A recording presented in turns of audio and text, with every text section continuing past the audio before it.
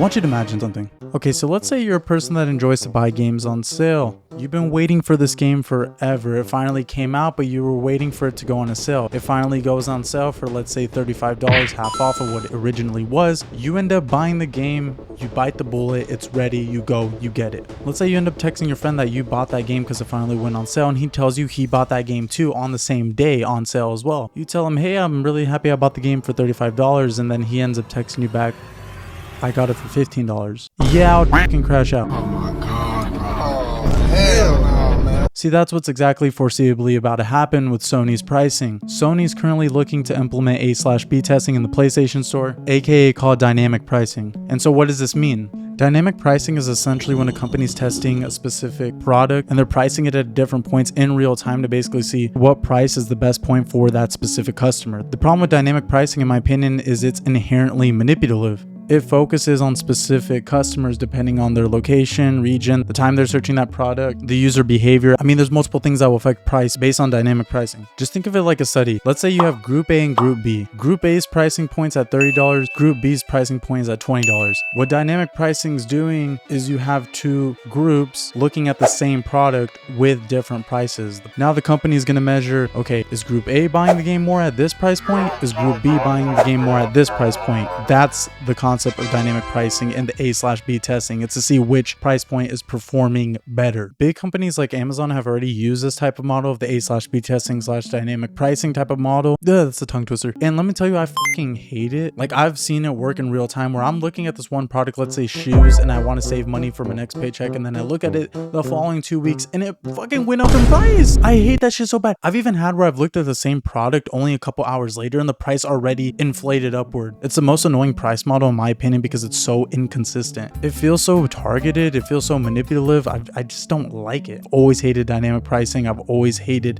that type of pricing model. Okay, but that's just my experience with dynamic pricing. Why is it a problem for you? Why would it be a problem for you? Well, the obvious point would be dynamic pricing is going to target you. That's the way the model works. It's going to be dedicated. It's going to be specific by each user. So it's inevitable it will affect all of us in some type of capacity. The problem is I tend to be a negative person when it comes to these things. I know on the channel lately we've been focusing on the negatives of the gaming industry, but it's kind of just because the gaming industry has been doing a bunch of fuck ups lately because we're at the end of the console cycle. And this entire console generation as a whole has kind of felt like an experiment. Anyways, I'm getting off topic. When I think of worst case scenario, I look at it like this. I imagine the way the model is going to work, as we've been already seeing users have varying prices on games that have gone on sale. I look at it like this. They're going to target users that don't tend to buy games on sale in a more positive light. They're going to get heavier sales, try to have a greater emphasis on stronger deals for them because that user tends to not buy games as a whole or doesn't buy them even on sale. So they're going to give them stronger prices. Hey, buy Grand Theft Auto 6 at $30 because you haven't even bought the game yet. Let's just give you stronger and stronger sales. Let's give you the new Call of Duty at $20 because you never buy Call of Duty. But now think about it for the other end of the user.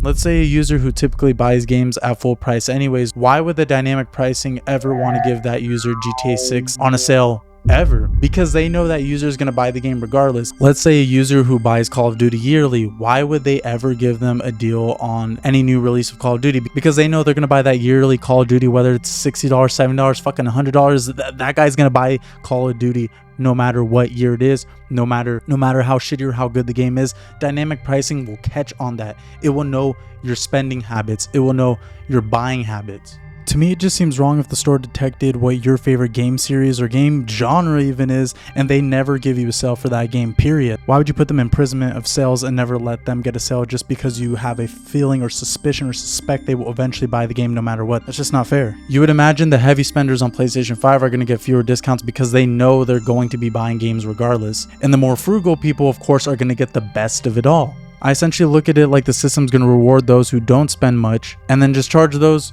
who tend to buy everything. And I may have a bias because I tend to be a person that buys a lot of video games. That's honestly what I spend most of my bread on. So this means a lot to me. Like I just seen how it's going to affect users like me and even my friends who I know tend to buy games on sale most of the time. And I don't want to keep reiterating the same point, but I have to make an emphasis on the fact that even if you're not worried that your games are going to cost less and theirs is going to cost more, or your games are going to cost more and theirs is going to cost less, at the end of the day, I'm just not a fan of market manipulation in any kind of way, especially to this degree, in which it'll just be the catalyst for even worse issues.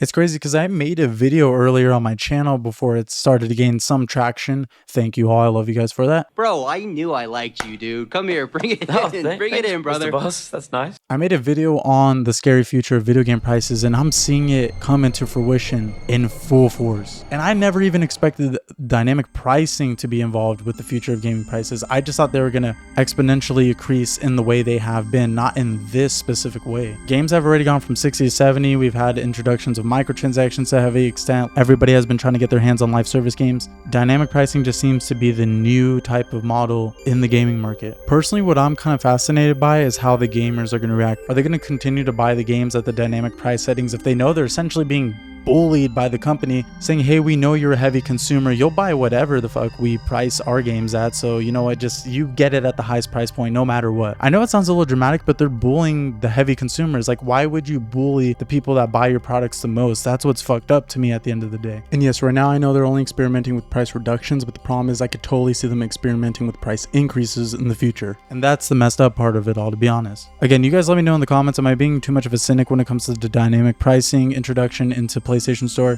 Are you guys even going to be buying games in the PlayStation Store digitally anymore if you know you're getting affected by dynamic pricing? Because let me tell you, for me personally, this has completely changed the way I'm thinking of purchasing games moving forward. I know it sounds like, sure, yeah, bro, you're definitely going to go physical, but I've already bought half of my collection on the PlayStation 5 is physical. So if I need to go fully to the 80 to 90% of my games being physical, then fuck it, I really don't care. I'll just start doing that. I honestly don't care. It sucks because it's clear that Sony, PlayStation, and honestly all gaming companies are pushing towards a digital era. I mean, we're already in the digital era, so it's going to get to a point where you can't even buy a game physically anymore, so you won't have a choice. The only choice we can have is, again, if we're willing and if we're open to buying the games at the prices they set for us. It's all consumer and demand at the end of the day, so we will see what happens. This video kind of does come full circle again, like I said, because I've made a video earlier like this on my channel. I bring up a lot of points there that have come into fruition now. So yeah, I mean, we're going to see what the hell happens with this dynamic pricing.